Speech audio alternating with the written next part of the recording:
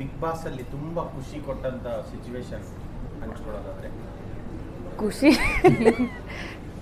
ಖುಷಿ ಖುಷಿ ಖುಷಿ ಸಿಕ್ಕಾಪಟ್ಟೆ ಖುಷಿ. ಜನ ಎಲ್ಲ ಜಾಸ್ತಿ ಅಭಿಮಾನಿಗಳಲ್ಲಿ ಮಾತಾಡೋದಷ್ಟೇ ಅಂದ್ರೆ ಬಿಗ್ ಬಾಸ್ ಅಲ್ಲಿ ಅದೇ ಅನ್ಕೊಂಡೆ ಯಾಕೆ ಬರ್ಲಿಲ್ಲ, ಅಲ್ಲೇ ಬರ್ತೀರಿ ಅವ್ರೇನೋ ಪಾಪ ಒಂಚೂರಾದ್ರೂ ಇಂಡೈರೆಕ್ಟ್ ಆಗಿ ಕೇಳಿದ್ರು, ನೀವು ಹಾಕೊಂಡ್ರಿ ಡೈರೆಕ್ಟ್ ಆಗಿ. ಕಪಲ್ ತುಂಬಾ ಇಷ್ಟ ಆಗ್ತಾ ಜನ. ಸರ್ ಕಪಲ್ ಇಲ್ಲ ಸರ್, ಕಪಲ್ ಅಲ್ಲ. ಸೊ ಕಪಲ್ ಅಂತ ಅನ್ಬೇಕಾದ್ರೆ ಆಲ್ರೆಡಿ ನೀವು ಇನ್ಫಾರ್ಮೇಶನ್ ಕೊಡ್ತಾ ಇದ್ದೀರಾ ಅನ್ನೋ ಥರ ಆಗುತ್ತೆ. We are very good friends. ನಾನು ಇದನ್ನು ತುಂಬ ಕಡೆ ಹೇಳಿದ್ದೀನಿ, ಕ್ಲಾರಿಟಿ ಕೂಡ ಕೊಟ್ಟಿದ್ದೀನಿ, ಏನು ಬರ್ತಿರೋರು ಕೊಟ್ಟಿದ್ದಾರೆ. ಅಂದರೆ ನಾವು ಮಾತಾಡೋ ರೀತಿ ಸ್ವಲ್ಪ ಜಾಸ್ತಿ ಜಾವಿಯಲ್ ಆಗಿದೆ, ಅದಕ್ಕೆ ಜನಕ್ಕೆ ಇಷ್ಟ ಆಗಿರಬಹುದು, ಅಥವಾ may be being real is important ಅನ್ನೋದು ನಮ್ಗೆ ಈ ಸ್ಟೇಜಲ್ಲೇ ಗೊತ್ತಾಗೋದು. ಒಂದಷ್ಟು ಕಡೆ ನಮಗೆ ನಾನು ಎಲ್ಲೋದ್ರೂ ನೀವು ಹೆಂಗೆ ಕೇಳಿದ್ರೆ ಅದೇ ರೀತಿಯಾಗಿ ಯಾವ ಸ್ಟೇಜ್ಗೆ ಹೋದ್ರೂ ಯಾವುದೇ ಜಾಗಕ್ಕೆ ಹೋದ್ರೂ ಅವ್ರನ್ನೂ ನೆನೆಸ್ಕೊಳ್ಳೋದು ಇದ್ದೇ ಇರುತ್ತೆ, ಅಥವಾ ಅವರು ಬೇರೆ ಯಾವುದೇ ಸ್ಟೇಜ್ಗೆ ಹೋದಾಗ ಈವೆಂಟ್ಸ್ಗೆ ಹೋದಾಗ ಬೆಂಕಿ ಅಂತ ಕೇಳೋವಂಥದ್ದು ಇದ್ದೇ ಇರುತ್ತೆ.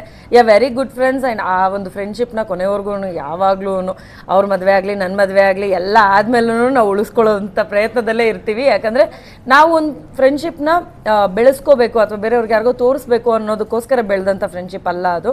ಸೊ ಆಟೋಮೆಟಿಕ್ಲಿ ಆಗಿರುವಂಥದ್ದು ಲೈಫ್ ಟೈಮ್ಗೆ ಉಳಿಯುತ್ತೆ ಅಂತ ನಾನು ನಂಬ್ತೀನಿ. ಅವ್ರ ಮದ್ವೆ ಆಗ್ಲಿ ನಾನ್ ಮದ್ವೆ ಆಗ್ಲಿ ಅಂದ್ರೆ ಅವ್ರು ಯಾರನ್ನ ಹಾಕ್ತಾರೆ, ನೀವ್ ಯಾರನ್ನ ಹಾಕ್ತೀರ?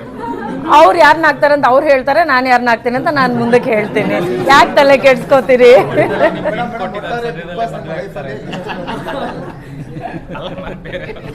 ಇವ್ರು ಇನ್ನೂ ಒಂದು ಎಕ್ಸ್ಟ್ರಾ ನೆಕ್ಸ್ಟ್ ಲೆವೆಲ್ ಅಲ್ಲೇ ಹೇಳಿದ್ರು. ಹೊರಗಡೆ ಇದ್ರೆ ಬಂದ್ಬಿಡುತ್ತೆ ಅಂತ. ಅಬ್ಬಾ ಸರ್, ಚೂರು ಏನಾದರೂ ಇದ್ದಾಗ ಖಂಡಿತವಾಗ್ಲೂ ಬರುತ್ತೆ. ಅದು ನೀವು ಬಾಯಿ ಬಿಡಿಸ್ಬೇಕು ಅಂತ ಈ ಕಳ್ಳನ್ ತಗೊಂಡೋಗಿ ಎಲ್ಲ ಒಳಗಡೆ ಹಾಕ್ಬಿಟ್ಟು ಒಂದೊಂದು ಟ್ರಿಕ್ ಯೂಸ್ ಮಾಡ್ಬಿಟ್ಟು ಆ ಥರ ಮಾಡಿದ್ರೆ ಹೆಂಗೆ ನೀವು? ಆ ಥರದ್ದೆಲ್ಲ ಏನಿಲ್ಲ. ಕೊನೆಯದಾಗಿ ಮ್ಯಾಮ್, ಬಿಗ್ ಬಾಸ್ ಅಲ್ಲಿ ಇರೋ ಆ ಹತ್ತಿದಂತ ಬೆಂಕಿ ಈಗಲೂ ಇದೆಯಾ, ತಣ್ಣಗಾಗಿದೆಯಾ? ಅದನ್ನ ನೀವುಗಳೇ ಹೇಳಬೇಕು. ನೀವು ಹೇಳಿದ್ರೆ ತಾನೇ. ಅಲ್ಲ, ಐಸ್ ಕ್ರೀಮ್ ಪಾರ್ಲರ್ಗೆ ಬೆಂಕಿನ ಕರ್ಸಿದೀರಾ ಅಂತಂದ್ರೆ ನಿಮಗೆ ಆಲ್ರೆಡಿ ಆನ್ಸರ್ ನಿಮ್ಮ ಹತ್ರನೇ ಇದೆ ಅಲ್ವಾ?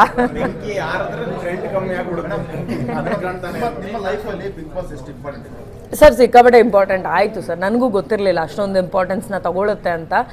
ಬಿಗ್ ಬಾಸ್ಗೆ ಹೋಗೋದಕ್ಕಿಂತ ಮುಂಚೆ ಜನರಲಿ ನಾವು ಆರ್ಟಿಸ್ಟ್ಗಳು ಅಂತ ಅನ್ಬೇಕಾದ್ರೆ ಅದೊಂದು ದೊಡ್ಡ ಪ್ಲ್ಯಾಟ್ಫಾರ್ಮ್, ಅಲ್ಲಿ ಹೋಗಬೇಕು ಅಂತ ಒಂದು ಸಣ್ಣ ಆಸೆ ಅಂತೂ ಇದ್ದೇ ಇರುತ್ತೆ. ಹೊರಗಡೆ ಕೆಲವ್ರು ಹೇಳ್ಕೊಬೋದು, ಕೆಲವರು ಹೇಳ್ಕೊಳ್ದೇ ಇರ್ಬೋದು. ಬಟ್ ನಾನು ಹೇಳ್ಕೊಂಡಂಥವಳಲ್ಲ, ಬಟ್ ಬಂದರೆ ಹೋಗ್ತೀನಿ ಅನ್ನೋ ಒಂದು ಕಾನ್ಫಿಡೆನ್ಸ್ ಅಂತೂ ನನಗಿತ್ತು. ಬರಬೇಕು, ಅದು ಬರಬೇಕು ಅಂತಂದರೆ ನಾವು ಲೈಫಲ್ಲಿ ಏನಾದರೂ ಒಂದಷ್ಟು ಅಚೀವ್ ಮಾಡಬೇಕು. ಅದಾದಮೇಲೆ ಅದೊಂದು ನಮ್ಗೆ ಆಪ್ಷನ್ ಬರುತ್ತೆ.